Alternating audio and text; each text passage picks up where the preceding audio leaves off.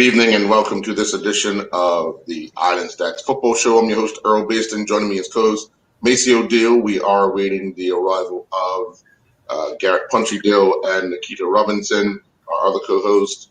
This evening, Maceo will be joined by Devonshire Colts head coach and president, Ray Jones.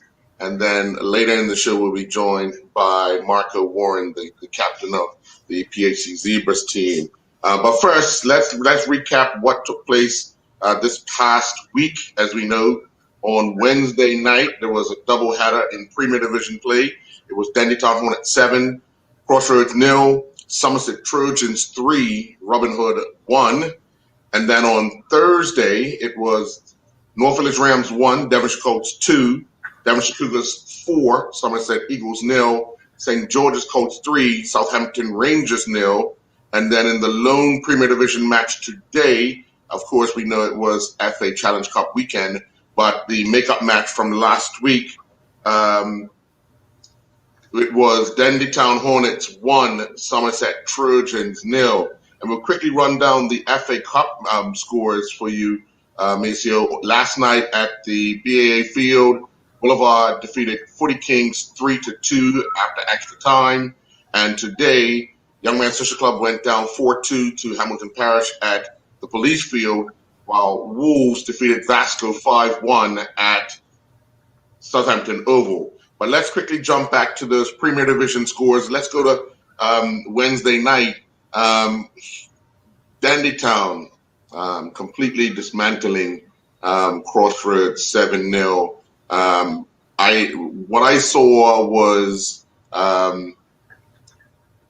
kind of Crossroads lacking ideas of how they want to identify themselves in playing the game for themselves with their team. I've seen them play twice, and it seems a bit of a struggle, lack of communication, especially at the back. Your thoughts? Yeah, I totally concur. I mean, the Premier League seems to be already identifying itself in three tiers. You know, the teams that will compete for the league title, the teams that will wrestle themselves in the middle of the pack, and the teams that are going to be competing for relegation. And definitely Crossroads is a candidate for relegation. You know, it's a bit of, they seem to, in this transition period, they seem to be a bit disorganized, not knowing what direction and what, you know, how they want to play the game. Yeah. So you know, and then Dandytown knowing fully what they want to do. You know, I saw Dandytown play today against Somerset, and you know that's made my mind up about Somerset. They're not going to be a contender. They're not going to be a contender. And Dandytown, you know, I'm impressed with what I saw of them today. They got structure, and they're allowing the creative players to operate in their structure. So what that structure looks like, it looks like they got a very creative coach on the side in Jay Smith. I mean Jay Bean, I'm sorry. And then they also got a very structured coach in Aaron Dankins. Mm-hmm. So structure and creativity cooperate. And when structure and creativity cooperate, you get what you see coming out of Dandytown. Whereas Somerset, you know, they have creativity in their coach Jamal, but they have no structure. And what I mean by Somerset have no structure, I saw players, you know, take up 3 and 4 different positions within the game. So they couldn't get a rhythm. So for instance, Damon Mean started off as striker, and he never stayed as striker.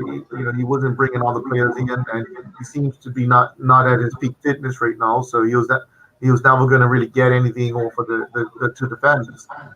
And next thing I know, he's back in the midfield, and the most creative player, which was Corday, then play striker. So and that happened with many other players. You know, I saw players switching positions at will. You know, so that points to disorganization for me.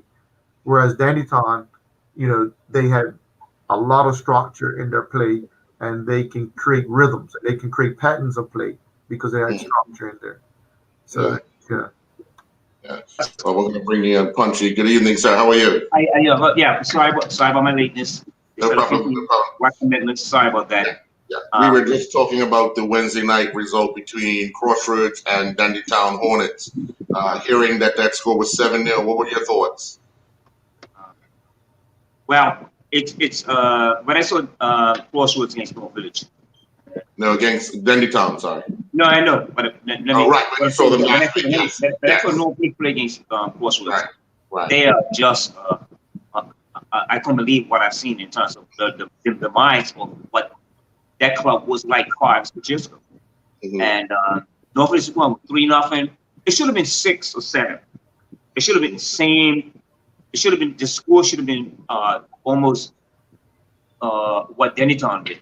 But of course, North Village in the experience of the goal area. But I just think that of course, it was nowhere as what it was years ago. So with Dennytown, I did say there's 4 or 5 teams in this country that are going to lead the way. And Dennytown are one of them. And they exploited, also added to the fact what's happened with the club and the death of the young man. Again, like serial part, how about that. But I just figured that it's, again, we're getting back to the fact it was almost like the Scottish League. We've got 4 or 5 teams. And those are the ones that are going to hang in there. And then it's like I could call them off on my hill hand. And I knew that score was going to be, and seeing extras, they are going to be big, really big. They're in a bad way. And I expected that. I just didn't know. I was so surprised about. Not really surprised about the scoreline. Not really surprised at all, at least. Not at all. And then on Wednesday night up at Somerset defeated Robin Hood 3-1. I just feel that it's going to take Robin Hood some time.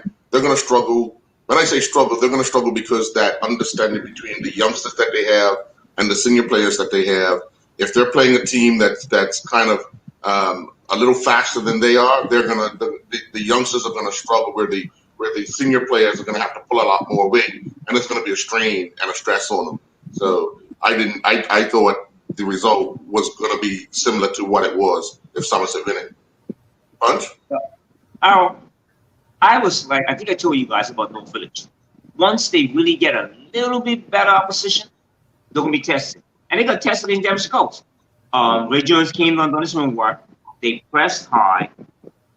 They suffocated North Village at the time. And their work ethic was much better than North Village. So that's the first test for North Village. And I'm not, Devonshire Coast is not in my top 5 in this country. But the point is, they displayed enthusiasm. They were very organized, and the finishing in the last third was good, but was okay. The problem is that going back to North Village, and I think Mason and I have discussed it. As I told you guys, I don't see that's the North Village's first test, and I think the club itself is still rebuilding. It's in a rebuilding. It's in a rebuilding phase. Even with Kenny in charge, that it's still you can see what North is lack, and they were Ray Jones. Kudos to him.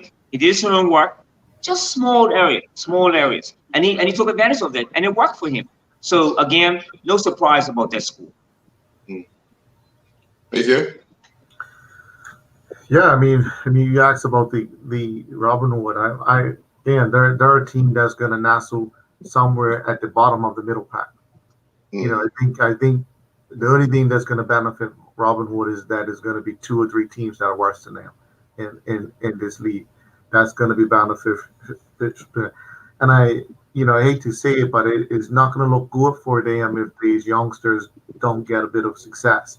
That's gonna derail the whole plan of sustainability. That now to Punch's point, rebuilding for me, when you look at North Village and you look at the league, rebuilding is happening at Somerset. Somerset for me are figuring out the ways to rebuild it. North Village for me is crumbling. It's not a rebuilding stage that they're going through. They're going through a crumbling stage. not a rebuilding. Especially when you look at they're the current league champions. When you're the current league champions, you're built up to that point. Yeah, they're on the downward spiral now. They're actually crumbling because they didn't have a plan in place. They didn't have a plan in place to take themselves forward. And when you look like crumbling, you got Pierre Smith and Gould. Because you couldn't hold on to one of the top keepers in the island, which is Tosh Bow. He's going over Cougars. So you're losing players. You're losing players for whatever reason. Norfolk keeps losing players of certain quality that could be used because either they don't fit the mold of Kenny, or that. So they're in a crumbling stage. They're in a crumbling stage, rather than a rebuilding stage for me. Mm. And then, of course, it was Devonshire Cougars defeating Somerset Eagles. We've all said it. We know the struggles that Somerset Eagles will possess for the first half of the season.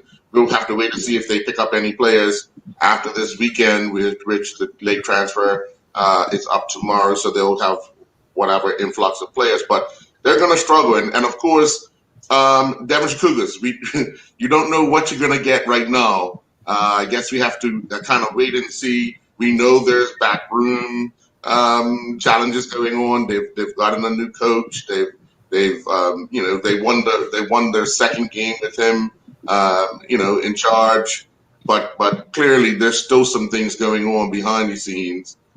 They just had the lucky draw of having to play Somerset Eagles, who are still trying to find their way in their latest game. What's going to be interesting, Cougars? They have the quality of players to compete for the league, but they're not. They're not going to compete for the league. I mean, they had a serious injury that just happened with Lizard. So they're not. And one thing I know about football is honest. And if you're not honest to football, it's going to expose you. Mm-hmm. So, with the appointment of the new coach, I would say Kwame Smith has been making blindside runs all his life, showing up at the far post and heading balls and nobody don't see the run. He's made another blindside run, and he's now the coach of Cougars. He's now the coach of Cougars, and he's got a challenge on his hand to stabilize Cougars. But it goes back to that point that I made earlier, that in certain circumstances, structure and creativity are enemies. So people that are very creative don't like structure, and people that are very structured don't like creativity. But it's when those two things combine where you get a good package. Now, I know Cougars is resisting structure. I know Mark Smith would have brought structure to him. He would have said, you know what, you got to get in shape. You got to be fit. You got to do this.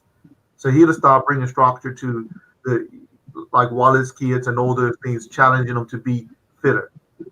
And they're resisting that structure.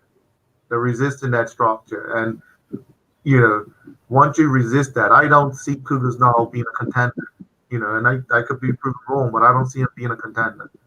Yeah, I see them trying to rebuild. Punch? Added to what Maceo said, rebuilding, because there are some, my inside sources were telling me the infighting that's going on there. I ain't gonna say much about that. Yeah, but there's some infighting going on there. And for Kwame to take the job, I mean, again, adding to what Maceo said about the structure of Devonshire Cougars. I saw him the first game against Dennytown. I thought they were in for a chance. I thought they should have won that game or B8 that night. Mm-hmm. But the finishing, and then all of a sudden, the finishing was in the 18-yard box. They weren't really, they didn't have a finishing touch anyway. But then they get rid of the coach, and what I've heard inside sources, there was a squabble with the president of the club. And anyway, getting past that, it's like, so Kwame comes in and takes over. And I spoke with him. He said he was really doing nothing. So this must have been an emergency. They must say, like, we desperately need you. Mm-hmm. So I do think they do have the players, but their structure program is what I'm concerned about. So when they come up against teams like PHC, I still think overall in terms of the talent that they have, I still think they're like number 3 because I'm started talking about 1, 2, and 3, and I still think they're number 3. And so I think they're gonna. I'm not looking for them to win anything this year, but they'll be close. They might make up the semifinals or the finals, but I'm not thinking they have the mentality yet to right now to win it. I just don't see them winning anything this year. And then the final game on Thursday was St. George's Colts defeating Southampton Rangers 3-0. We all know Southampton Rangers, that's their 3rd game without a goal. Big struggle going on. They've conceded 11 and haven't scored a goal. I mean, for me, Southampton Rangers, I'll be surprised if Dwayne Adams lasts to Christmas. Either way that he decides that this is not working, or the club decides it's not working. You know that the level of frustration that could be coming from both sides. You know that's gonna happen. That's gonna happen. My thing is, does Dwayne Adams get to the end of the season with for goalkeeper? That gotta be irritating to have letting work 13 goals in 3 games. Like, goalkeepers tend to walk off the field after that, right? So he might just walk away from this one. He might just walk away. Goalkeepers don't easily take that type of abuse and that type of goals, right? Not at all. What we're going to do is we're going to take a quick commercial break, and when we come back, we'll be joined by Ray Jones, the coach of Devonshire Colts. We'll be right back. John Barrett & Son, Bermuda's leading distributor of fine beverages, have brought us something fresh and exciting this month. Mystic Juices, skillfully blended for captivating flavor and loaded with nutritional value. Mystic Juices not only taste remarkably good, one serving will supply an abundance of vitamins A and C, more than the certified measure needed to meet your daily requirements. This month we're featuring delicious and nutritious Mystic Juices in an enticing range of flavors in 64 and 16-ounce bottles. Lindo's, why go anyplace else? My inspiration to write this book has to do with empowering. I want people to understand what it looks like when you are in a position when you don't have the tools around you. If you know me or don't know me, the game, the beautiful game of football, soccer, is and always was a way out. I'm still fearful on what to do, what would happen if I say something. What can we do in this book to incorporate tools to help specifically our group of young people in Bermuda? Could you imagine doing a read with little people and breaking everything down for them and having them to have a voice and having conversation pieces, if it's chapter by chapter? Welcome back again. We are joined by the president of the Devonshire Colts, in Ray Jones. Good evening, sir. How are you? Good evening. How is everyone? And also, we're good. We're also joined by our co-host as well, in Coach Keita. Welcome, Coach. Ray, obviously, you got this. You had your opening match against Somerset Trojans at home. It didn't go the way you would have wanted it to. You have a week off, a chance to prepare, do the homework on North Village, and then get the result. Where do you see yourselves going from here? Because obviously you had an opportunity to watch North Village play because you had that week off. But how do you break down these other teams without getting a real good look at them as you prepare? Well, if you look at the schedule, it's kind of kind to me in that today Danny Ton and Somerset played. So your co-host, Mr. Deal, Maceo, saw me there, cracking jokes. Next week we play on Saturday, which allows me Saturday afternoon, which allows me to get in 2 other matches. And that's basically what I do. If you look at the schedule, it's kind of been kind that I can actually go and look at few other teams prior to playing. So that's what I'll be looking to do in the interim, especially in the first half of the season. A lot of these teams, I don't even know the players that actually play for them. So part of it is going and scouting and just try to have an understanding of what they're trying to accomplish in the game, and then see how we can mitigate it when we play against it, basically. You want to jump in, Mace? Sure. Ray, your room's not orange, is it? It certainly is, sir. I wasn't sure if I was seeing that right, but okay. You are seeing it correctly. All right. So I mean, I had the expectation that you would go down North Village and bully North Village. You would understand, and I actually, when it comes to football, I definitely like a bully. I love a bully when it comes to football that can bully teams, and that was something that I was trying to fix many years of North Village, that they can get bullied, and they definitely can get bullied. My question to you had some exposure now internationally, and seeing the international game, and obviously we can't bully teams on that level. Has your exposure to the international changed your perspective as how do you see the game here locally, and how do you implement it as the coach of Devonshire Colts? Yeah, no, definitely. The international exposure is definitely, I would say, changed my approach to, when I look at coaching, is teaching. So basically, through that exposure, I've changed how I present what I want from the players, because we have to teach them. I find we've probably gotten away from teaching because we just say this player is a good player, blah, blah, blah. We get to the international level and we get exposed. So I'm making the effort now to spend a lot of time in coaching. So I use the word coaching / teaching, so that if players are selected at the international level, they would know what's expected. Because we can get away with a lot of stuff here domestically that you just are not going to get away with at the international level. So in our prep, there's a lot of coaching and teaching going on. And I just think as a nation, we have to go back there. We can't assume that when a player becomes a senior player, he already knows. It's quite frankly, if you watch a game, you can see that they don't know. So we need to spend some time teaching and coaching, quite frankly. And just one more question on that. Definitely, I mean, I rate the bully approach to football, right? I do. I mean, that's something that people will refer to me as arrogant or whatever, and that was fine. And the teams, my personality will come out on teams. Is your expectation that your personality would dominate this team this year with the players that you have at your disposal? Well, I would say the vision for the club hopefully dominates.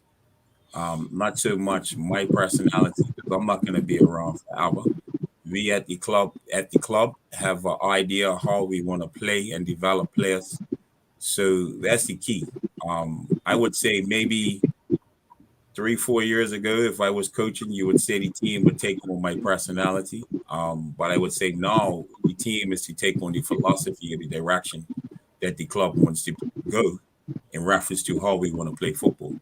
And being we as a club have a technical committee and things like that, that's the commitment at this point. It's not to take on the personality of any coach, whether it be me or anybody. We need to commit to a philosophy from PVs all the way through. And that's what we're doing. So we're taking a step back with our approach. So to your point, it's not to take on the personality of any coach, but take on the philosophy of the club. Fair enough. Punch? Hi, Ray. How you doing? Congratulations again. Yeah, sneak in got one. Yeah, I was predicted that. Yeah. Congratulations to you. There's a couple of questions I'm going to ask you. I'm going to get straight to the point. National program and depth coach. I found when I watched the game the other day, I found a lot of mistakes made individually by players. Technically. Do you think our country in itself, you're talking about the philosophy of football, what is really the philosophy of football from a young age? Do we spend enough time with players technical stuff, or are we just are we avoiding? Are we just lacking that? Because I found a lot of things if I were to write it. The game between Norfolk and Devonshire Cards. The players, I think the coaches set up the program. The coaches set up this, I want you to play like this. This is all we're going to do. We're going to press Norfolk. But I found a lot of mistakes by individual players. Do you find that a problem in this country now in development stages? Are we lacking a development stage for young players coming through now?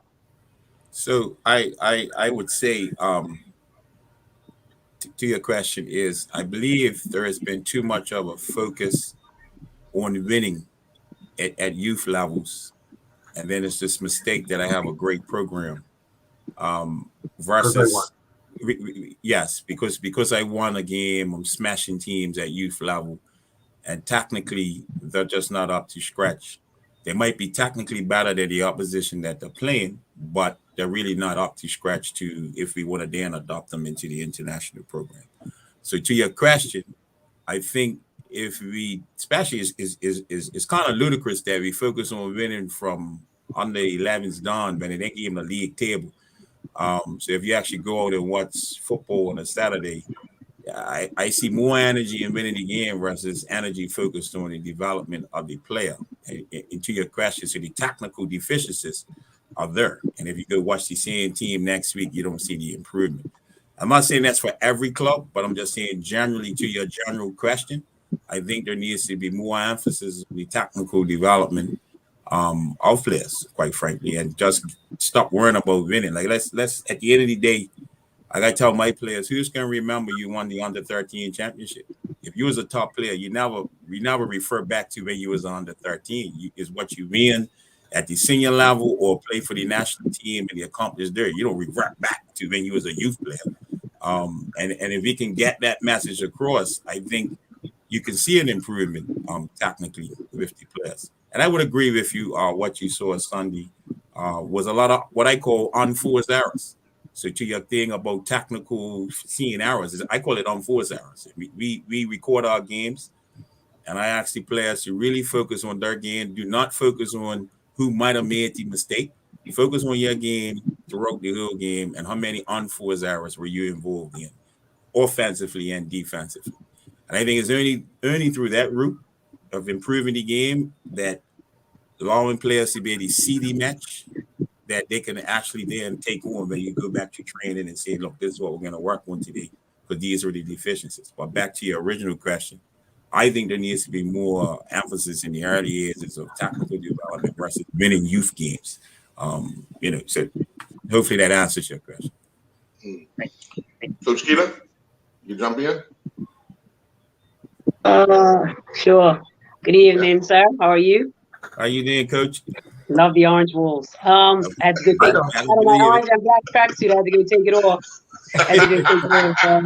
I don't know why you keep showing up to meetings with me and you're afraid to let everybody know you like orange. In another segment, you say the same thing. I had to go take my orange and black tracksuit off. I don't want nobody, Hey, North Village and Coach have been close. We're like sisters and brothers, right? So it's okay. It's okay. Well, I mean, you guys, if you remember last week, I said I reluctantly said North Village would win that match. Tell you about your heart. And I said I'm gonna go with my heart, but my head was telling me otherwise. And just based off of what I saw, right? You can't be very, very confident right now with any teams really winning because the level of football isn't that great, if we're being honest, right?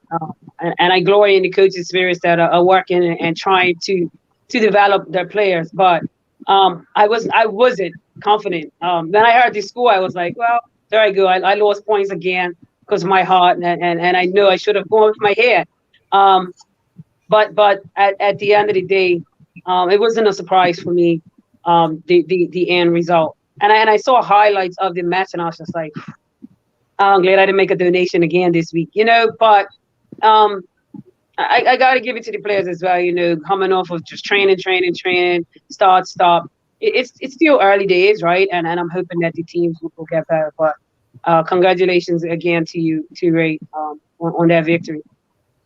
Yeah, Ray, looking at how has that affected you guys in preparation? Because there was a time where the season was about to kick off, and then all of a sudden it came to a halt, and you almost got to convince guys that this time around it was going to start, because we saw some teams struggle with even getting 13 players, for the first game. How did you manage to come through that struggle with the players?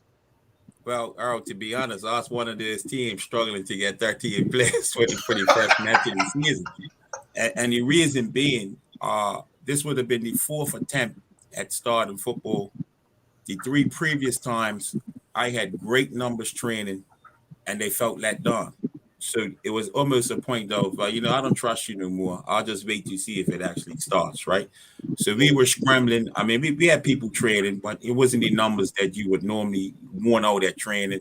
So it was a lot of convincing, and to be honest, there were quite a bit of our players that actually sat on the fence and waited for that first game to actually take place.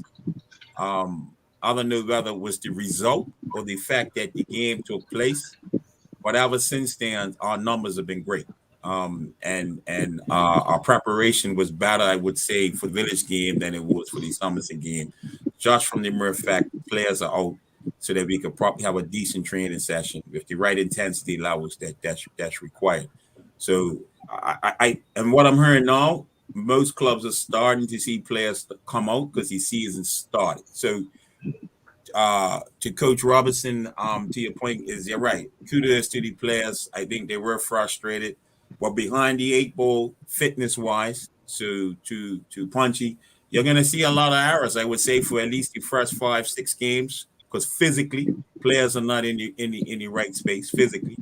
And if they haven't been doing anything on the end, technically, they're not going to be in the right place either. But I think over the next 5 to 6 weeks, the amount of football that's got to be played, training sessions, I hope, and I believe in the players that the product will improve as the season goes along. Because I am hearing from coaches, players are now recommitting to training. So if you start to train, they should improve. So that's my hope and expectation.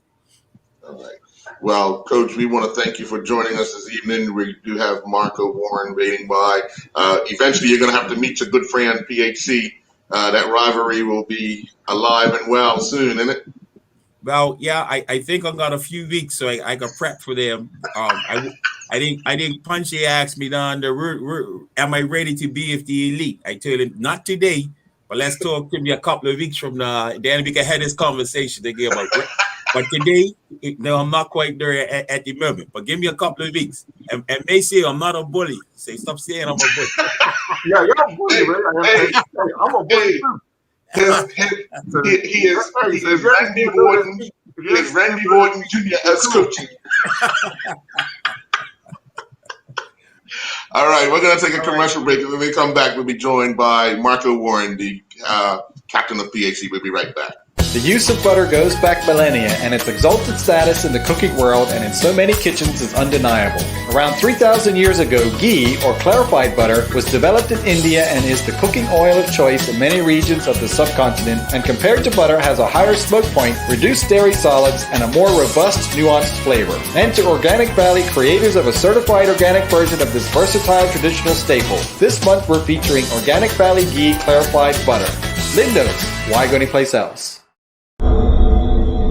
My inspiration to write this book has to do with empowering. I want people to understand what it looks like when you are in a position when you don't have the tools around you. If you know me or don't know me, the game, the beautiful game of football, soccer, is and always was a way out. Still fearful on what to do, what would happen if I say something. What can we do in this book to incorporate tools to help specifically our group of young people in Bermuda? Could you imagine doing a read with little people and breaking everything down for them and having them to have a voice and having conversation pieces if it's chapter by chapter. And welcome back. We are joined by Marco Warren. Marco, good evening. The fact that PHC had the week off, you guys are able to put in some more work. I don't know what else you guys can do. I mean, you've come out of the blocks really, really fast. But what is the expectation from you as a captain for your players this season? Expectation for me as a captain for my players? Yeah. All right. The main thing I expect out of these guys is to work hard. It's a cliche thing, but that's what gets you over the top. And essentially, once you get to that point, we have to understand that we have to be able to stay disciplined. It's much more reliable than motivation. Motivation is very fleeting. So what I expect from my players is essentially to work hard and come every day trying to get better by 1%, and to match our individual creativity of what the team needs to move forward. And as a captain for myself, the main thing I'm trying to do is understanding that sometimes teams do take on the personality of their leaders, per se. So I have to do my best to implement some of my DNA on the team and get us to where we need to go. Punchy.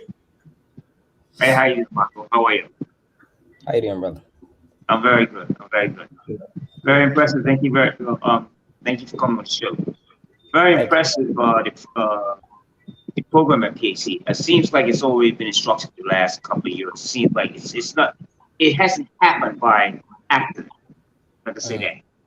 Like even having Mr. Trott in charge of it all now. What's it like being on his coach? What have you learned from Mr. Trott Jr.? What does he bring to the PHC structure? Because I've actually seen something a couple of years ago that I'm impressed about. Because I never took PHC as being a section-based team. Because the percentage was always, over the top and good. But what is now that Mr. Trott Jr. is bringing to this club, bringing to PHC? What he's bringing an understanding of how to mesh our physical attributes, which is the thing for PHC being known to work very hard off ball defensively. Right, so our fitness is one thing that's been a marquee thing for PHC, and he's putting some modern swing to that. And what I mean by that is when we press teams, we're not just unorganized, because even when you press, it's a very risky system. Because if one person's not doing the job, then it can completely destroy the whole defensive structure. So that's one thing that he's bringing to us is good defensive structure, and that's trickling down into our offensive play. And once we do that, it actually creates more chances for us, and that eases the workload from our creative players like me or Enrique or other guys. And he's also bringing discipline. Old school guy. I love that. And he's been one of my. He was my first coach once I got to PHC, I believe. Yeah, he actually was my first coach. So to have him on the senior team has been a good thing for me personally, because he understands me, I understand him, and him appointing me as captain was a very good moment for me. So yeah, I really do think he brings discipline, and that's exactly what we need with this players we have now. So the other question I want to ask you is another question. I'm going to change the subject a bit. I'm always disappointed I don't see you in the national program. I thought you would be a real influence of where the country is going to go, what direction the way we play in the direction of the country and the way we play. I thought you would be an integral part of our structure, because first of all, we're not big people. I think what I'm saying to you, my disappointment is that they haven't included you in the national program. Is that by your mission, or is that you just haven't been included? Or can you elaborate on that and why you're not in the national program? Yeah, sure. And I could be directly honest about that. That's not on them for not including me and all that. They've talked to me and they've called me and they've asked me questions of as far as my desire to play. And me personally, the reason why I had taken myself out of the national program for long periods of time, since I think 2019 was the Gold Cup team, I just started to not like the environment around the national team. And that was making me lose my desire for the game itself. So I thought I needed some time to be away from that, and so I can feel my love for the game increase. And that was the main thing around me not being as far as the national program. And I'm sure a lot of people do have questions about that. They, because I have a lot of people that come to watch me play, and they asked me these questions as well. But yeah, that was the main reason. It's nothing really on the BFA or any coach or any player. But yeah, I just felt like the environment was making me not like the game, so I had to be away from that. So that's what's caused my, an exclusion from there. It's my turn.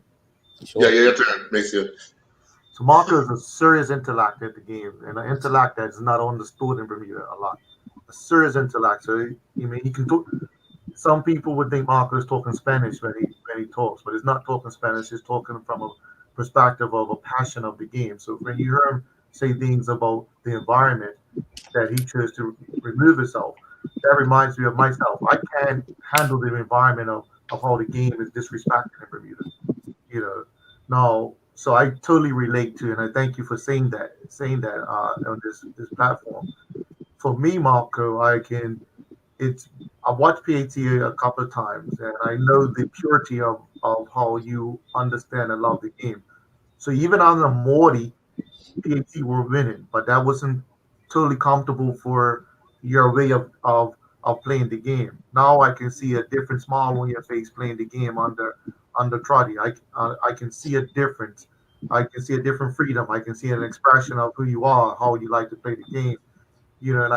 So I give those guys a lot of kudos to being able to bring that out and manage that with it.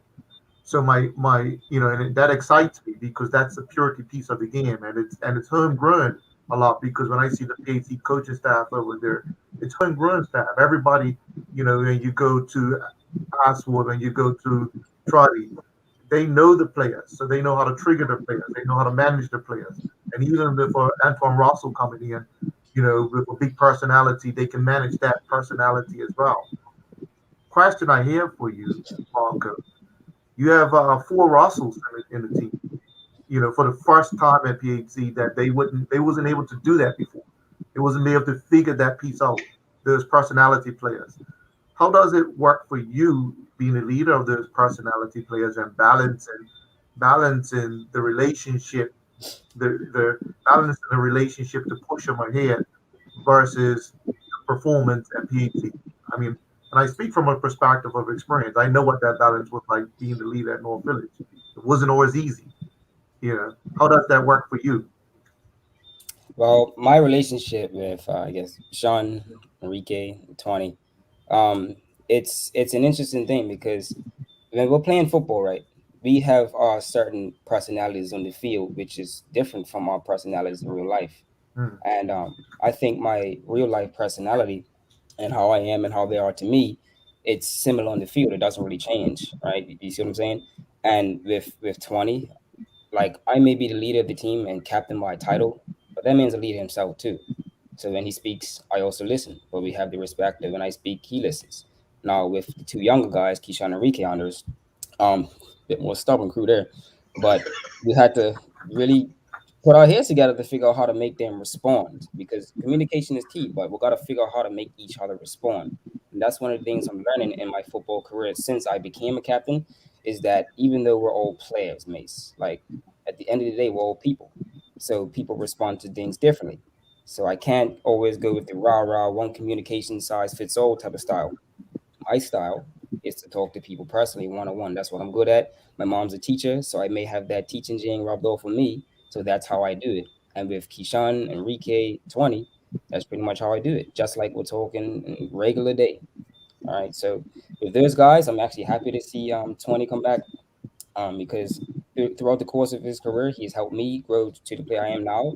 And I have not got to play with that guy not once.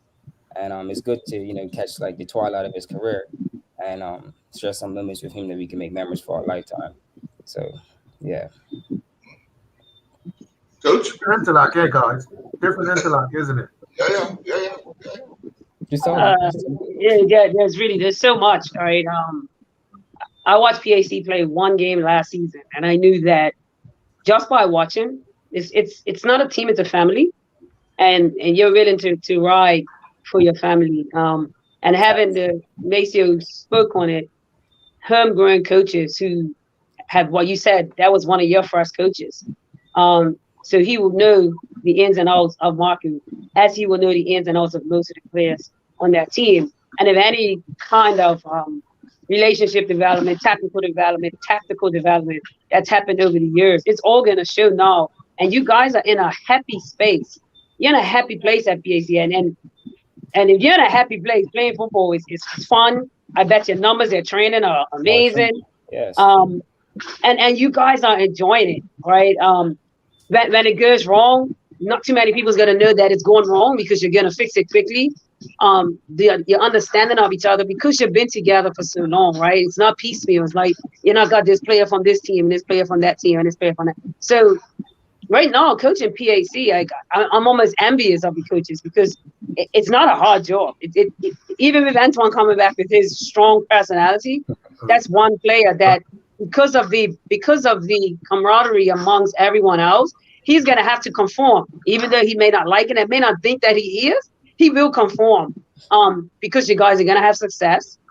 You've had success without that personality, so now the footballer that he brings to that team. You guys are gonna be and you're a young team. Like you're not even an old team.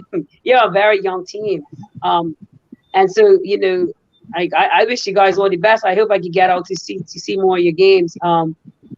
But I don't see PHC struggling with too many teams this season, if I'm being honest, just based off of what they've done from junior level. This same group of players are still playing together, and not only family by last name, but legit. Like you're gonna play hard because that's your boy, that's your brother, essentially. So I see it, and it's gonna be a very long time before anybody's able to match the mold at PHC or even break it. So I don't have any questions for you. I wish you all the best. Congratulations on being the captain. I think you've earned it. You're probably, if not the best midfielder we have on Island. I hope to see you in the pink and blue again. As a coach of the national program and as a fan of Bermuda, I think that we're being robbed of having you as part of the team. Thank you. I appreciate your comments on that. And that, you raise can I speak on her comments? Sure.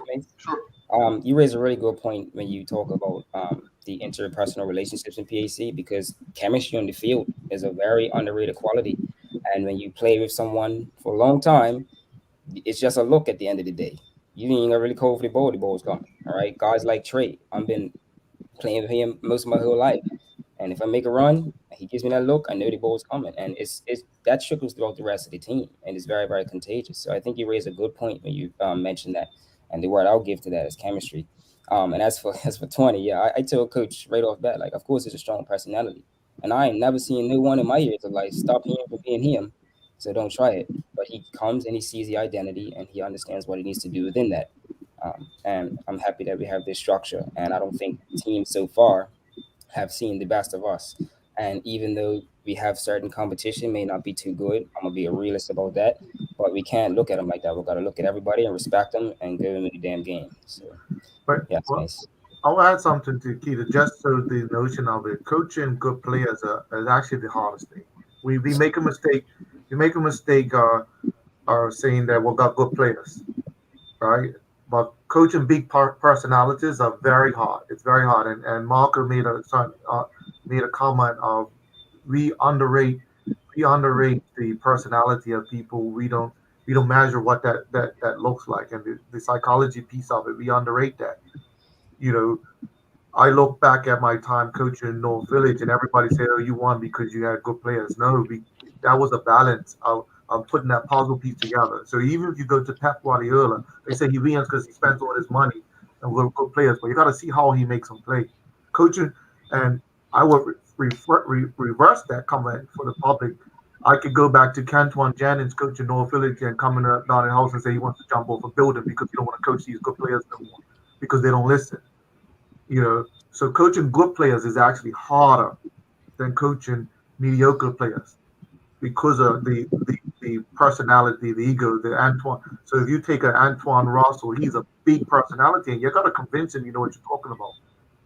Marco, you heard Marco speaking of he stepped back from the national program because the environment wasn't right. So you got to convince Marco that you know what you're talking about as a coach to have his talent. He's not going to allow his talent to be used and abused. So as a coach, we have to convince our players that we're good enough to coach them. Pep Guardiola speaks of it all the time. He has to convince his players. So thank you for that enlightenment, Marco. Yeah, that makes a lot of sense. You do have to be sold your product because that can be the best formula for the team to win. Because that's the hardest thing when you do have a lot of players. If you can easily say this guy, that guy there, but to find the right formula within what you have is the tough part because you want to play your strong suit, of course. But yeah, good points, Mace. I mean, and in my speaking of envy and the coaches is that they had a process, they had a plan. Like Marco didn't just become this player, so they've had a plan. This is not overnight success that PHC is having.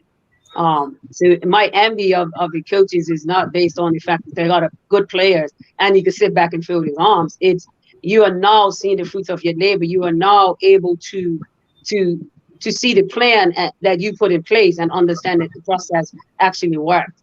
So that was more on it. Of course, it's difficult to coach.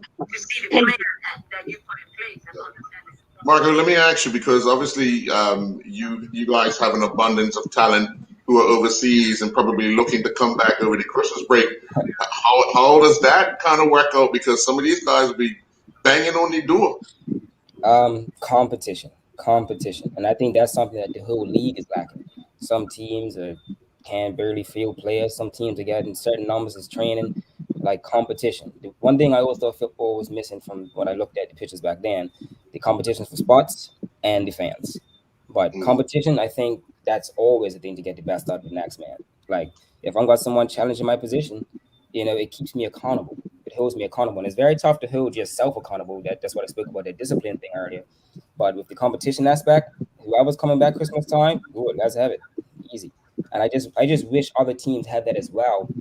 Because I think that would, like I said, enhance the competition of the teams that we play. So I really do think that football in Bermuda has took a hit with a lot of our players not playing locally. It's great that they're going to get an exposure, but that kind of hurts our league. And I look at like back then, yes, some guys were going abroad, but a lot of our great talent stayed locally, and the interest was high here in the game. And I think that's a tough thing to try to get back. Because you want players to get exposure away. But yeah, mate, competition. Love it. All right. Well, Marco, I really want to thank you very much because you have spoke with passion and pride for PHC, and I know there's a lot of people out there proud of you and the job you've done thus far. And good luck for the remainder of the season. I have one more question. Okay. Question. So are you the Bass Russell, or are you really just a one? Don't answer that. Don't answer that. Hey, what time does he say? What times he say? I got the video. He lied to everybody. Tonsi lied to everybody. He said Ozzy closest to him, Mace. So I'll go buy your horse. All right, I'll take that. I'll take that. Coach Keto, and thank you, Mr. Bill and Mace. All right. Okay, we're gonna take another commercial break, and when we come back, we're gonna discuss the under-20s and look at our picks. Thank you, Marco. All right, thanks, guys. John Barrett & Son, Bermuda's leading distributor of fine beverages, have brought us something fresh and exciting this month. Mystic Juices, skillfully blended for captivating flavor and loaded with nutritional value. Mystic Juices not only taste remarkably good, one serving will supply an abundance of vitamins A and C, more than a certified measure needed to meet your daily requirements. This month we're featuring delicious and nutritious Mystic Juices in an enticing range of flavors in 64 and 16-ounce bottles. Lindo's, why go anyplace else? My inspiration to write this book has to do with empowering. I want people to understand what it looks like when you are in a position when you don't have the tools around you.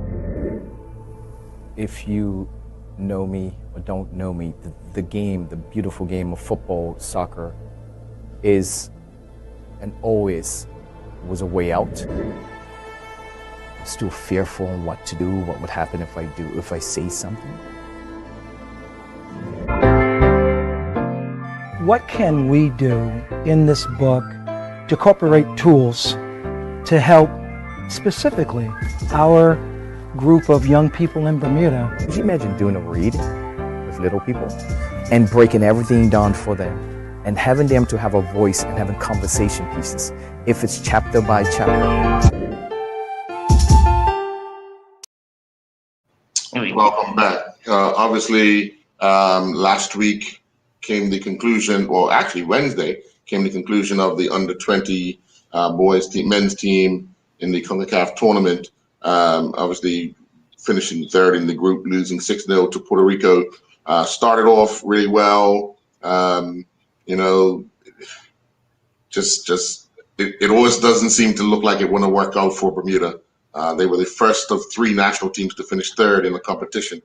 But Keita, give us your overall opinion of, because you're the closest. When I say the closest, you're in the program. You communicate with the coaches. You obviously see some of this training, but obviously a lot of these young men were overseas. But give us a sense of how you felt things went. Well, I mean, obviously, I knew the first 2 games. Is that my feedback? You're clear with me. Okay. We knew that the first 2 games that those were teams that we could compete against.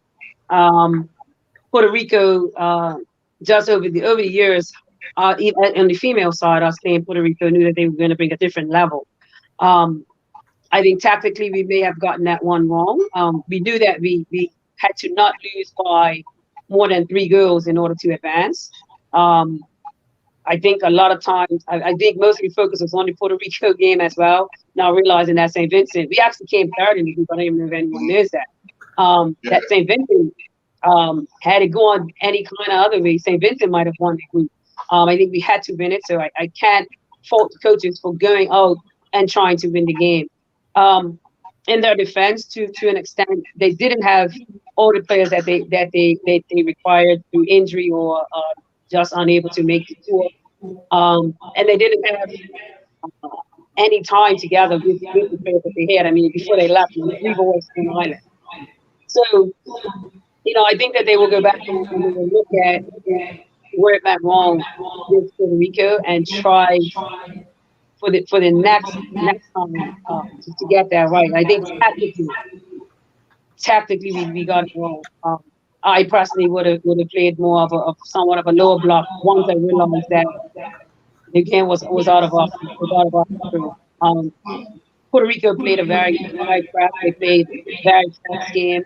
When they lost the ball, they were hard to get it back. Our boys not so much. Also felt that at times we tended to sulk a bit instead of just getting on with it. At 1 and 2, and even the 3 knocks, we don't have to be completely out of it, right?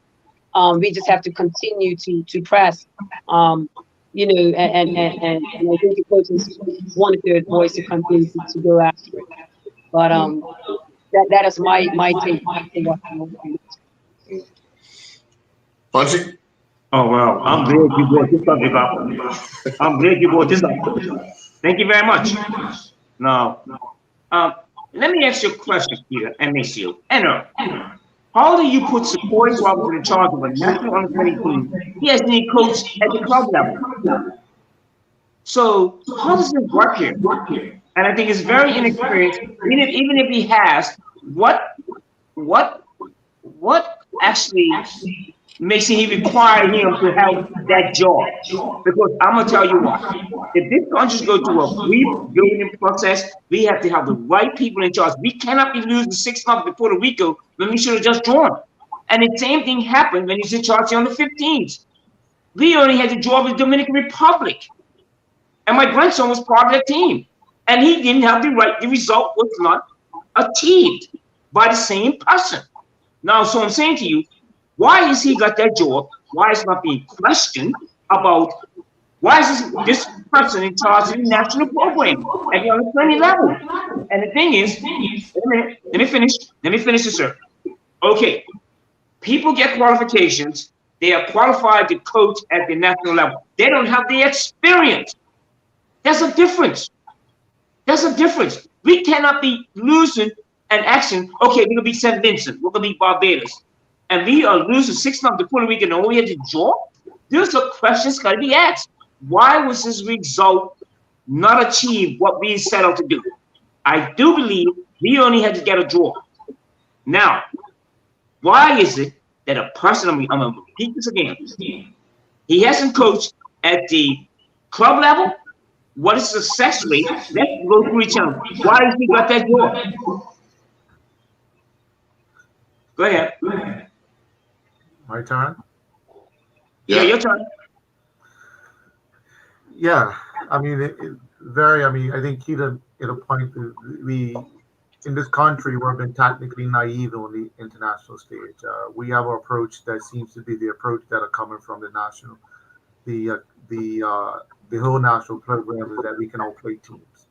I don't think we're good enough at this point in time in our development curve to outplay teams here, and it's to be fair to Sequoia, this failure, and let's use the word failure, this failure has happened straight across the board with all our teams. It's not just this one team. It's been happening for a little while. We can go to we can go back to when we was in the Mexico and the Panama group, whereas we had a good space. And we attempted to try to outplay Mexico and Bermuda and outplay Panama, and we got smashed. And then we go to those countries and we take a more of a pragmatic approach, and we were able to stay in the game. So this technically naivety is straight across the board, and it's something that we have to look at readdressing. As it relates to Sequoia himself, the coaching staff, I hop on about more preparation. I think we're naive about what preparation looks like. Like even I can see Keita's preparation looks like playing against the boys here.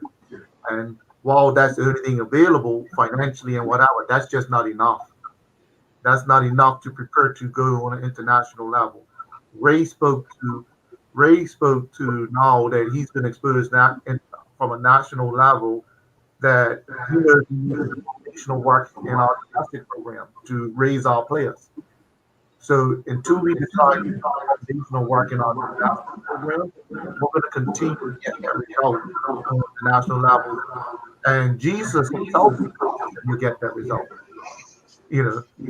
The football. So let me ask you a question. Let me ask you. I'm sorry. Are you saying that his selection is still built on not his reputation, but what the country failing him, or should he be qualified to take that job?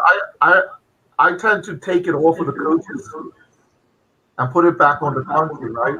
Or take it off the players, because they do the best they can within the circumstances, and people are making decisions to put people in these positions. So this is a bigger picture than the coach Sequoia, or this is a bigger picture than Nikita the coach. This is a bigger picture than Carl Lightford the coach. This is a bigger picture than Ray Jones the coach. This is a picture of are we going to do better in our domestic program to raise our players. And right from the start, right from 5 years old, you remember my journey after winning the triple crown, I went coach 5 years old because I knew that there were deficiencies in my players after even winning the triple crown. There were certain deficiencies in the field, and they was not going to stand up in the passion. So we have to do something very different domestically.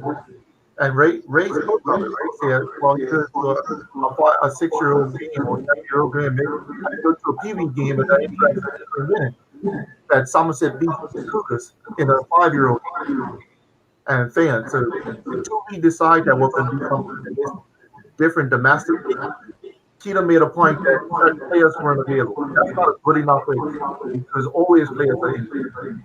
Always players are injured. I've seen players get injured before World Cup, the top player, and teams still win the World Cup. We've got a new conveyor of player company. So if somebody gets injured, that means somebody else gets an opportunity. We have to do something different domestically if we desire a result internationally. I think it's disrespectful to desire a result internationally if we don't improve domestically. It's disrespectful of all of us as Bermudians to even consider that we'll get a result internationally if we don't pick up our socks domestically. And we can keep bringing in our professionals. That's not new. We can bring in Remy. We can bring in all our professionals that have got professional experience. And the last point that I'll make about it, and Earl brings this up a lot, the coaching fraternity of Bermuda is not on the same page. I was just going to ask that. Where are we going with the coaches? Yeah, so the coaching, we're Work letting on the down the domestic players. side. We're letting down the players because we're not on the same page. We could take, and I saw it today in the game today. We have what you call a lot of half position players. Well, he's not a striker, but he can score goals, or he's not a defender, but he can defend. He's not a right back, but we have these half players, and the reason why we have these half position players is because the coaching fraternity is such in a diverse position how they see the game. So one coach might take a player and play him striker, and I'll take the kid Tavon Darrow. I'm Tavon Tyrrell that plays for Somerset. I had him at the junior program at Valencia, and I'm saying this guy is a center back. He can win balls. He can marshal. He goes to Carl Leiphorn, takes him and puts him as a striker. No, not Carl's not right or wrong. I'm not right or wrong, but that's the difference of two top coaches thinking. I'm thinking this guy's a center back, and Carl's thinking it's a striker. So until this coaching fraternity in Bermuda gets on the same page and develops what is culturally Bermudian as a style of football, expect these results on the international level. And it's naive and disrespectful to think that we're going to do anything different until we get better domestically, until we get better right here. And then this show is part of questioning people, challenging people, criticizing people to get better and being accountable. And you see Marco, right? You see Marco. That's a high intellectual person as it comes to the game of football. Yeah. But he's not going to just participate. He's just not going to participate as the environment's not right. And we have a lot of players that will choose not to participate because the environment's not right. I will not go down North Village right now and coach because the environment's not right. There's a lot of talk. You know how everyone on the street talks about who they think should be coaching. We should bring in a coach. We've tried all these scenarios, but again, until we get the domestic collectively together coaching, we're not gonna produce the guys that we need to improve the game here. Simple. Yes, we have an abundance of players who are abroad, and they're getting the higher level of training. Our biggest problem is the gap between what they're getting and what we're getting here is so far, and then trying to match that together when we do have to go internationally. You could bring in any coach you want. The problem's going to be we're struggling here because we have different ways of trying to win at any level. And we have to identify how we're going to structurally play the game. Because if you look at it, you look at how do we have under fives, under sevens, under all these youth games on a Saturday, right? You have all these teams. So somebody's structurally putting them all in place. They're out there playing, and then we have this gap where you could have some teams have 3 and 4 teams in an age group, but then you get to the senior level and you're struggling to get 12, 13, 14 players. When you guys talk about structure, we have to figure out how that structure keeps these guys or these players, both male and female, in the program. That's how we build it. But we're losing them for some reason. And collectively, I honestly feel that the coaching togetherness, now you guys have formed a committee, the group, you've come together. Now it's the next step. It's come together, figure out what is the best way for us to play domestically and internationally. And then once we do that, you could still throw in a little salt and pepper on how you want the game to look for your team.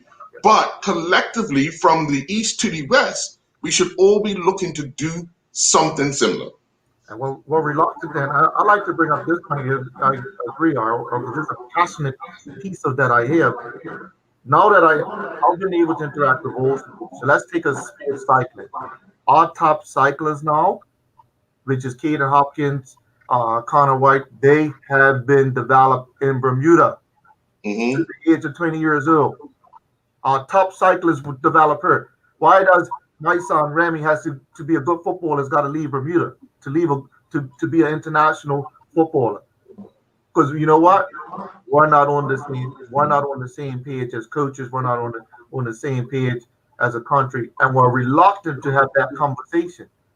We're reluctant to go to battle to have that conversation, and we're letting down our players because we're reluctant to figure out and sit down in the room and battle it out with the big personalities to have that conversation. We're reluctant. So we stay in our whole circle about what we know about football. And that's why I asked that question to Ray. Has been on the international changed his football perspective? Because I see it. I see it. Yeah, it would. You see his attitude differently on the bench now. Ray, you are a bully, and we should be bullies in football. I was a bully. Patrick was a bully. I will bully you in that football field. You better believe it. That's my personality. I'll bully you. And it's not a negative thing. And we, Fergus, Michael Jordan speaks of it. He was arrogant. He was good. Yeah. We can't be afraid of this. So we have to get together. Yeah. We do, but we have to also look at it, guys, as it is an amateur.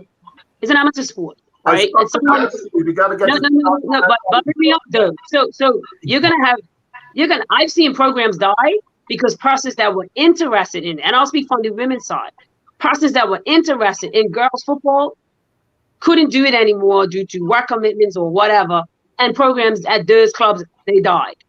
At a time when women's football was actually doing pretty okay, we took a big hit. So you're then going to have, Ray mentioned it earlier, you're going to have parents that see teams winning and take the child from a coach who's trying to develop them as a player over to this team because their child wants to win or they want to win. So that's where you're getting where you got a lot of teams at the lower end, and then at the top end, there's less teams. And the association have tried to help clubs out by saying, certain clubs, you can only have 2 or 3 teams in the league.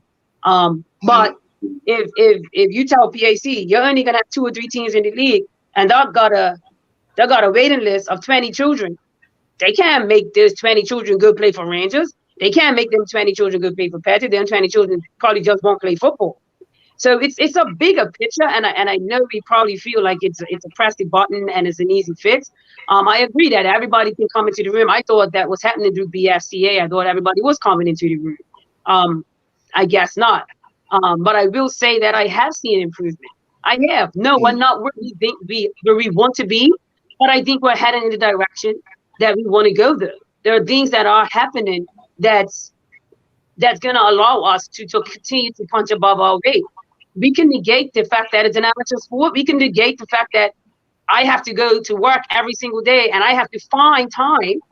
I'm training 6 days a week. I got to find time doing other preps or after school, or then I could be spending time with my children to design sessions, to run sessions, and to do all those kinds of things. So, I do still think it's easier said than done. There's a lot of great ideas that we probably can put together and get things going. But again, I know, Mason, you say that's not good enough that they don't have the players or they didn't have access to their players. However, there's teams that win World Cup. Our players are in professional environments. If we don't have players, we got to pick from players that's not in professional environments, and it's our reality, But we will get better. It will get better. I believe it will get better. I'm very glad again. I really appreciate the fact that you invited me to the show. I thought it's also always me and Macy was talking about, and I talked to my niece about the structure, the country itself. We're doing the same thing that other countries have done. We're going through this process. We are growing, and we must continue on, ask these questions, and grow. Get better at the club level, so that the club level feeds the national program. Right. It doesn't work no other way. It doesn't work. It doesn't work no other way. So if we have to work together, we have to work together, and it's going to be a struggle.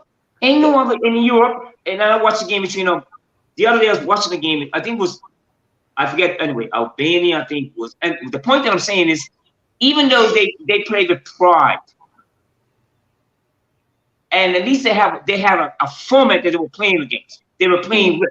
The point is, again, to add into what Keita's saying, and Macio's saying, and you're saying, is structure. It's structure not on the field, it's also structure off the field. Yeah. And that's what we're really getting to. This country's going to change. We're going to look at different things, how we're going to get better. So that when we feed the national program from the players in this country, when the other players can't make it, we're ready. We're ready. At least we're organized. And I think that's what we're all talking about here. Yeah. And I think more and more so, again, this program has added to that, so people are asking questions. And we need to keep asking these questions. Why is it that why we're failing at this level at the national program? And they were saying, yeah, well, there could be what's happening at the program in the country. And that's what I'm saying. And again, thank you very much for including me in this, but at least we're making an effort to try asking questions and let somebody answer. Let's ask these people these questions. And again, before I go, I think the prime example was what the referee association has done. We talked about them, we criticized them. They've got hey, I saw a game last week with Norfolk. I swear to God, Mr. Francis was in charge of it. But there was a young girl and it was a young man, and they did excellent. Yeah. So at least they are trying. They're implementing a program and they're paying these kids. So maybe we got to start paying players. Let's come up with something. So again, at least the referees, and I applaud them. I'm telling you, they're trying. And I think they're doing a very good job. And I'm just like in awe, because I saw it in England when I was there, that at the junior and all the games that are played, on the 7s, on the 10s, they had like young kids refereeing. And they had somebody who was across watching what they're doing. So again, applause, kudos to the Referee Association. We just got to do the same thing on a national level in this country. That's all I got to say. All right, guys, let's get to these picks from last week. Well, there were only the Premier Division matches that were on. Of course, the Dandytown Crossroads game, we all took Dandytown to win that, and of course they did 7-0. And then it was on the Wednesday night, it was the Somerset Trojans against Robin Hood, and we all took Somerset Trojans. It gets a little different here. Devonshire Cougars against Somerset Eagles. Myself, Punchy, and Keita took Cougars. Maceo, you chose a draw. Unfortunately, it was Cougars 4-0. And then it was St. George's over Southampton Rangers. That game ended 3-0. We all took St. George's. And then the final one, we went with Keita's Heart. And we went for North Village Rams over Devonshire Colts. Punchy called for a draw. Unfortunately, Devonshire Colts won for us, unfortunately, not for Devonshire Colts, but Devonshire Colts won 2-1, so we all got that wrong. So in the end, myself, Punchy, and Keita, we have the one more game, which was the game that was from last week, where the Dandytown Hornets took on the Somerset Trojans. Now, this is a little tricky because we had the game was due to be played up Somerset. It was switched to BAA. Myself, Punchy, and Maceo, we all took Somerset. And Keita took Dandytown, and in the end, Dandytown were the winners. So if we tally it all up over the 2-week period, I had 4, Punchy had 4, Maceo, you had 3, and Keita had 5. So the standings right now, Punchy, you're on 11. Maceo, you're on 9 with Keita, and I have 8. Now let's move forward to this week matches. We have on Saturday down at Garrison Field. We just had Ray Jones on. Devonshire Colts travel down to take on Crossroads. I'll start with you, Punchy. See, consistency. This is consistency. I think Ray Jones is coming. I remember I told you last week, he's come, that's like, Norfolk is like, he's not going to come on and lose to Norfolk. Trust me. That was really. Now, that's a hard one. I think I'm going to go with Devonshire Colts on this one. Okay. Maceo? Yeah, Devonshire Colts definitely. That's going to be a no-brainer. You know. What about you, Keita?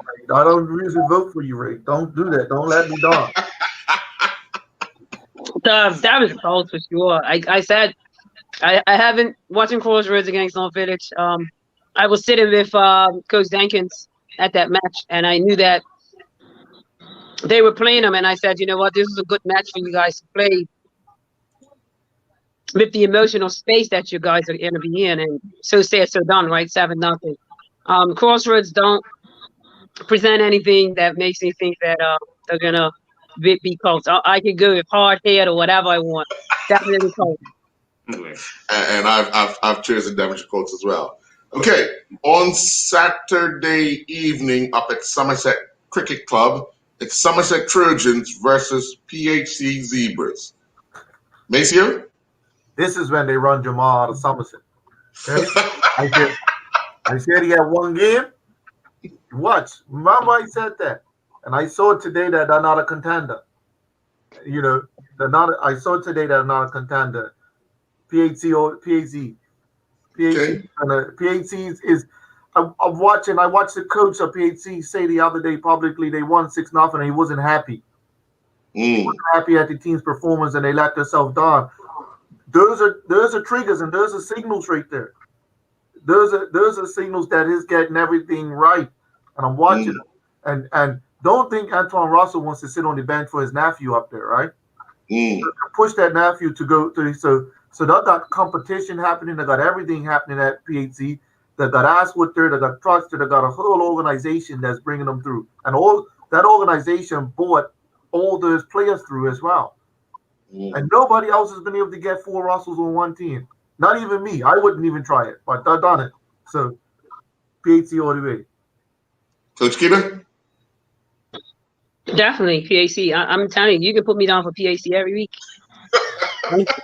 There's something about them. You know, there's as a coach that's in the middle of a process herself, like I appreciate where they're at. Like it's so satisfying, right?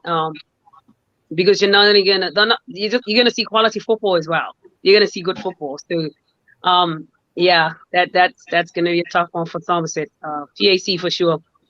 I've taken PHC. Punchy?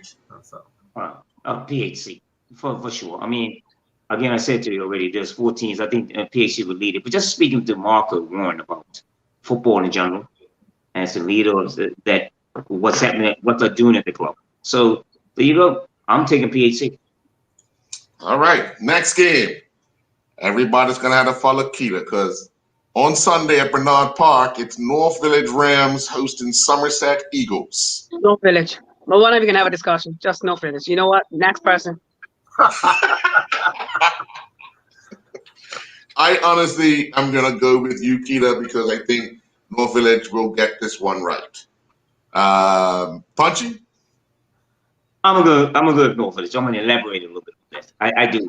That's deficient. That's what's happening in our league now. I said to you, there's 4 clubs or 5 clubs. I put PHC, then I put maybe Dennytown, and then I put let's see after that. Where does North Village fit into this? Because you saw the deficiencies against Devonshire Colts. Ray Jones, I'm sorry about this, but it's not that you're going to be in the top 5. But I think you were very efficient. You could see the inadequacies of North Village. The approach to the game, the intensity, the quality of what they played like against Devonshire Colts was very questionable. So when you get up against people, that team, I'm telling you, no, I think ain't North Village going to get out of this one. No, I'm going against North Village. Oh, okay. You say Eagles will win or draw? I'm thinking of draw. Okay. All right. Maceo? I'm just as stupid. I do football with my heart too. Trust me. I do football with my heart a lot. And my football brain is a couple of things happening. Remember, Kenny comes out of Somerset Eagles. They're gonna be pumped up. They're gonna be pumped up to put one to Kenny, right? And honest, my football head says the Eagles are gonna beat North Village. That's what my football head is telling me. at this time that Eagles will take North Village because, as I told Punch, I don't think North Village is on a rebuilding. I think they're on a collapse. They're actually knocking down room. They're not rebuilding room. They're knocking it down. But North Village is, as a club, has just got to be too strong for Somerset Eagles. So I'm going to pick North Village this week. I did that with Colts. They have to be too strong as a club, and they have to beat Somerset Eagles. So just because they're North Village, they should beat Somerset Eagles this week. Sure. That's my heart. The next game is Dandytown Hornets against St. George's. I'm going to go with Dandytown. I think they have too much firepower for St. George's at this point in time. Punchy? Where's the game? Where's the game? At BAA. I'm going with Dandytown. I'm going for maybe a 2-0 or 3-1. I do applaud what my nephew's doing at St. George's. I think the result they achieved a really positive result last week. But there's still a gap between quality. I think St. George's getting much more organized. They got one of the top goalkeepers in the country with Mr. Hall, but there's still you can see that when North has been a big one, there's still some parts of the game they have to improve upon defensively. Now they can fix that and come up with a draw. I still think they're struggling with that in terms of still come together as what they're trying to achieve there. So I'm going with Dandytown, of course. Maceo? Yeah, Dandytown most definitely, man. I'm being impressed by creativity and Jay Bean meeting structure and Aaron Dankins. So Aaron's bringing the structure. He's bringing the discipline, and Jay's bringing the creativity. And that when those two meet, Dannytown's now, I can see they're gaining confidence in what they're being asked to do between their two coaches, their coaching staff. And look, this is not mentioned, and we have to mention this more because Dannytown have a woman within their coaching staff, and Siobhan Farvett. Another woman that I don't know why she's not part of the national setup, but they have a woman influence at that level, and she has a wealth of knowledge in football. So her influence is there as well, and she's brought some of these players through the youth ranks as well. She's worked at Dandytown youth ranks, and so again, I see a gamut of coaches working together to produce what we see happening. So Dandytown for sure. Okay. Coach Keeler? That is not a one of the heart in the head, right? Heart goes with my brother. Head goes with Dandytown. Yeah, Dandytown.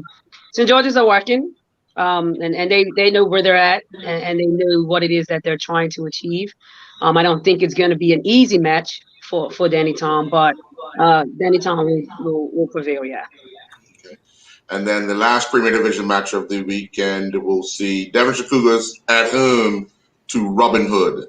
Punchy? Oh, that's Devonshire Cougars. I mean, with Kwame there. With Kwame's, of course, I know they're having some problems, internal problems there. What I've heard through the grapevine. But I think that the players will follow Kwame. Ex-player. I'm just going with Devonshire Cougars on that one. For sure. Maceo? Yeah, Cougars will have too much individual quality. Even as they're sorting out and figuring out what rebuilding looks like for them, they'll have too much quality for the youngsters of Robin Hood. So Cougars. Keita? Yeah, Cougars just because even with the youngsters and some of the senior players in there, I think that they will still give Cougars a good match. But yeah, I'm gonna go with Cougars as well. And we're gonna make it 4 in a row with Devonshire Cougars. Now we jump into the first division. Paget Lions will entertain Social Club at Southampton Oval. Maceo? Social Club. Paget Lions will not win a game this season. They will not win one. I said it here. Social Club. Okay. So Keita? And let me just say, Bermuda, before I go on, please do not take my football analysis personal to you personally. I got a call from a particular person that I was harsh on their team, and they used it as motivation in their dressing room to say this is what's being said on the Island Stat Show. And at the end of the day, they responded and improved, and that's what it's about. It doesn't mean I like you or I don't like you. It's my football analysis. Yeah. Coach Keelan? It's the social club. Don is still doing his work. It's still got a bit of a mountain to climb. I think that he'll get these players believing. I'm not gonna say that they won't win any matches, but I will say that he has a mountain to climb, and I with the personality and the football knowledge that he has, I think he'll get those guys to buy into it, and hopefully at the other end of the half of the season we'll see some success. But yeah, social club. Yeah, I just think Social Club have just a little more of weapons available to them right now than Patrick, so I'm going to go with Social Club as well. Punchy? Oh, it's so cool. I agree with Maceo. Sometimes you can be, just like you're going to be personal against us, you're going to take it personally. But truth, we're just telling you the truth. The young man, the coach, I wish him the best at Patrick, but it's a rebuilding process. This doesn't happen overnight. So even with Social Club, I'm going with Social Club. Okay. Now this one should be very interesting. Out at BAA Field, the Boulevard Blazers will entertain BAA. Maceo? Boulevard's can scare those young boys. Those can scare BAA. Trust me. You don't think Andrew's going to have something up his sleeve? Andrew's definitely going to have something up his sleeve, but there's nothing that's going to stop that who of Boulevard coming. Definitely, Andrews can have something up his sleeve to be able to try to contain Boulevard and distract. But Boulevard doesn't come out, you old nerd, doesn't come out with a mentality that this is BAA. And we're going to beat them. Yeah. You know the mentality. Punchy, you know the mentality that North Phillies guys had when you play a coach. You think you can play like North Phillies? Oh, watch this, I'm going to beat you. You can't play like North Phillies. And this is what Boulevard can do to BA. They're gonna beat BA because the Boulevard and because that's BA. Coach Keelan? Yeah, Boulevard coming over. But I mean, for the Kings, it's not a bad team. Defeating them 3-2 in the FA Cup last night, I think they'll have a bit of confidence coming into this one. So I'll say Boulevard is out. But I think Andrew's not gonna be an easy win. It might just be a 1-goal difference. Yeah, and I'm gonna take that 1 goal for BAA. I honestly believe that the structure in which Andrew will put in place, put in place will kind of confuse the Boulevard method for that game. Because he's had time now to work with them. Remember, they haven't played and he would know after watching them play. So I'm going to take that 1 goal. It's going to be in BA's favor. Okay. Punchy? I'm going to go with Keita. It's Boulevard. I think Andrew's structure is young players. It's just starting again. I know it's very structured, but just the cleverness of that Boulevard way, and I have to agree with Maceo. They're not going to BA and lose to BA. No, I think I'm going with Boulevard. I'm looking at 2-1 or 3-1. Okay. Next one is Vasco at home, which is Southampton Oval against Ireland Rangers. Coach Keelan? Woo! A draw. A draw. Okay. I am actually going to look to say I'm going to take Ireland Rangers to continue their run at the start of the season. So I take Ireland Rangers. Punchy? I'm picking Ireland Rangers too. I'm with you, Earl. That raw talent, what we talk about all the time, it just comes up in different games. I think plus it's up there. I think Vesco's, even with the organization, what they achieved last week, the 2-2 draw, I think the Social Club. I think Ireland Rangers has a little bit more something else. So I'm going with Ireland Rangers on that. Maceo? Yeah, the Ireland Rangers people see me in the street and they look at me funny. Say, "You didn't pick me yet, man. You don't know what you're talking about." Yeah. So I'm picking Island Rangers because you know what, they got momentum, right? And when they get momentum, they're gonna build on that momentum, and they're just gonna have a little bit too much individual quality. Whereas Glasgow, even though they're gonna be organized, they do lack quality as from the player perspective. Island Rangers all the way. Yeah. Then the final game is at Devonshire Recreation Club, where Wolves will host Hamilton Parish. I just think right now Parish have, with the influx of players coming back from school to be here full time, I looked at them today and I think that they have what it takes to win the first division. So for this match, I'm going to take Hamilton Parish. Punchy? Difficult one, isn't it? That's a difficult one there. That's a difficult one. The Wolves will show up any day and just beat you. Bro, that's true. Yeah, it depends on how they feel. Yeah. On the Saturday night, yeah. When they pick up Sunday morning, how they feel. I'm saying about structure. Again, about structure. Actually, Earl, I am going to take Hamilton Parish by the order goal on this one. I think Sergio will get this right on the day. I'm going with Hamilton Parish on this. Okay. Maceo? Something tells me this is going to be a draw, man. That something tells me, something instinctually tells me that this is gonna be a draw, and Parish is not gonna have it all their way this season, So I'm picking a draw. I'm picking a draw for this one. Something's from Maceo. More Wolves from Maceo. Yes. Coach Keita? I'm gonna go with Hamilton Parish. Okay. All right. So it should be some interesting matchups next week, Saturday, starting on Saturday, because I believe the Paget and Social Club game, as well as the Boulevard and BA games, are also on Saturday. I think it's 3 o'clock and 8 o'clock. 3 o'clock and 8 o'clock in that order. And it's 3 o'clock down Garrison between Crossroads and Devonshire Colts, and then 8 o'clock between Somerset and PHC. So interesting matchups on Saturday, and then interesting matchups on Sunday. Well, guys, thank you very kindly for being with us again this evening.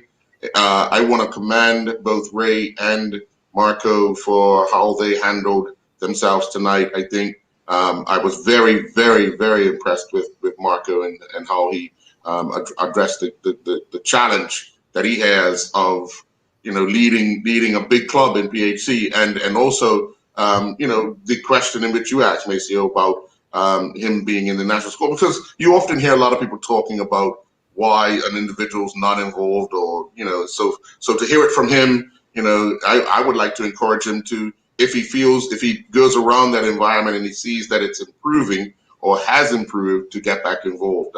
I think, as Coach Keita, you said, we feel deprived because we see the raw talent week in and week out, but we don't see it at that national level. And I think he would add another plus to that whole unit with the player that he is. So thank you, guys. Enjoy the rest of your night.